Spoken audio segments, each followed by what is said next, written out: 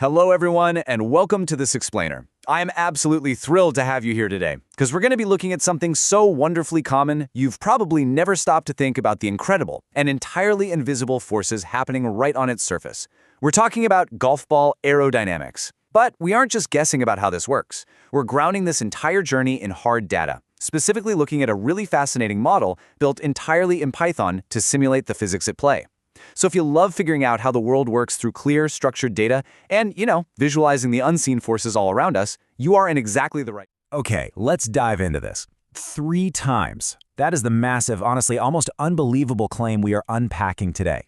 The simulations data actually shows us that the tiny dimples covering a golf ball allow it to fly a staggering 3 times farther than a perfectly smooth ball would under the exact same conditions. I mean, just think about that for a second. A structural change so incredibly small, essentially just tiny little divots stamped into the surface, yields a completely outsized 3-fold multiplier in distance. It's exactly the kind of performance boost engineers literally dream about, and it's just sitting right there in your golf bag. So this naturally leads us to the core mystery of our explainer. Why do tiny dimples matter so much? Like, how can such seemingly insignificant little bumps on a piece of sporting equipment manipulate the laws of physics so drastically? It actually feels incredibly counterintuitive when you really think about it. Usually, right, to make something fly better, we try to make it perfectly smooth and sleek. You'd intuitively think that adding damage, all these little craters and divots, would just ruin the aerodynamic profile. Yet the data tells us the exact opposite. To understand the heroic work these dimples are doing as they fly through the air, we actually have to take them away first. We have to look at what happens when things go completely, disastrously wrong aerodynamically. To do that, we need to introduce the absolute villain of our aerodynamic story, the chaotic wake. When we model a completely smooth ball flying through the air in our Python simulation, well, the data shows things getting very messy very fast. As the smooth ball violently pushes through the airflow traveling over its surface separates early. It basically detaches from the curve of the ball entirely too soon. When that early separation happens, it leaves behind this massive, turbulent void. Think of the churning, messy whitewater wake directly behind a speeding motorboat. That is exactly what is happening in the air behind this smooth golf ball. The simulation data clearly defines this wake as a severe low-pressure zone forming directly behind the object. And because of that massive drop in pressure in the rear, the higher pressure in the front quite literally acts like a giant brake. It's forcefully dragging the ball backward as it tries to fly forward. And this brilliantly illustrates the exact rapid sequence of aerodynamic failure that happens to a smooth ball. Let's just walk through exactly how this happens in the model. Step 1. As the smooth ball moves forward, the airflow separates early. It just can't hold on to the curvature of the sphere and shears right away. Step 2. Because that air has entirely abandoned the back of the ball, a massive chaotic wake instantly forms in the empty space. Nature hates a vacuum, so that space just fills with chaotic, swirling low pressure. And then step 3. That newly formed low-pressure wake becomes a giant brake that engages immediately, pulling the ball backward against its flight path. It is just a devastating chain reaction of physics that utterly destroys any chance of the smooth ball flying a long distance. It's fighting an unwinnable battle against the atmosphere. Now, what's really interesting about this comparison is the stark contrast of this aerodynamic failure, and it's honestly mind-blowing. We are looking directly at the sheer failure of the smooth ball juxtaposed right against the aerodynamic efficiency of the dimple ball. With the smooth ball, it creates that massive braking zone we just talked about, fighting against itself the entire time it's in the air.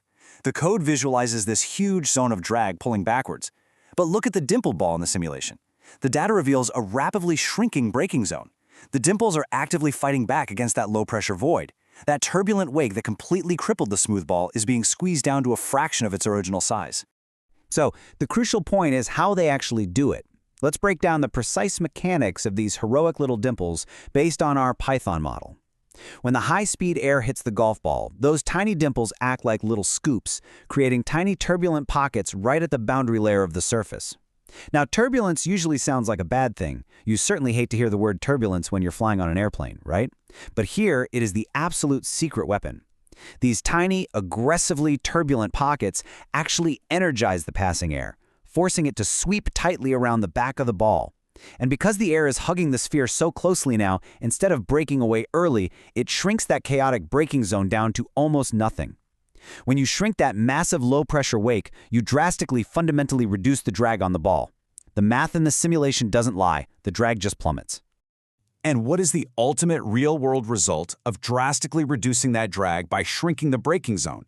insane distance. Less drag is the absolute secret to unlocking that incredible flight length that we saw at the very beginning. By simply altering the surface geometry to manipulate the boundary layer of airflow, the dimples completely neutralize the giant atmospheric brake that would otherwise pull the ball down to Earth prematurely. That is exactly how you get a ball to fly 3 times farther. It's not magic, it's brilliantly applied physics optimizing the airflow. So for sure, the next time you hit a long drive, remember that you aren't just relying on brute force, you are relying on invisible fluid dynamics perfectly tuned by tiny divots. What's truly amazing about all of this is that this entire mystery, the invisible flow of air, the shifting pressure zones, the dramatic reduction of aerodynamic drag, it was all visualized and solved by modeling it in Python. Code allows us to see the unseen. It takes these abstract physics concepts and turns them into undeniable visual data that we can actually comprehend. And as the source material for our explainer today so perfectly puts it, subscribe if you want to see more physics simulated in code. It really is the ultimate tool for breaking down incredibly complex physical realities into clear, understandable, and frankly, beautiful data. Which brings us to our final thought for today. We've just seen how a few tiny, seemingly random bumps on a golf ball completely rewrite the rules of its aerodynamic flight, allowing it to overcome massive invisible forces in the atmosphere. If a simple everyday golf ball is secretly leveraging tiny turbulent pockets to cheat the wind and triple its distance, well, you have to ask yourself, what other everyday objects are hiding secret physics? Take a look around you today. Look at the cars on the highway, the buildings catching the wind, or even the curve of an airplane wing and wonder about the hidden forces at play. Thank you so much for joining me for this explainer. Keep asking questions, and I'll see you next time.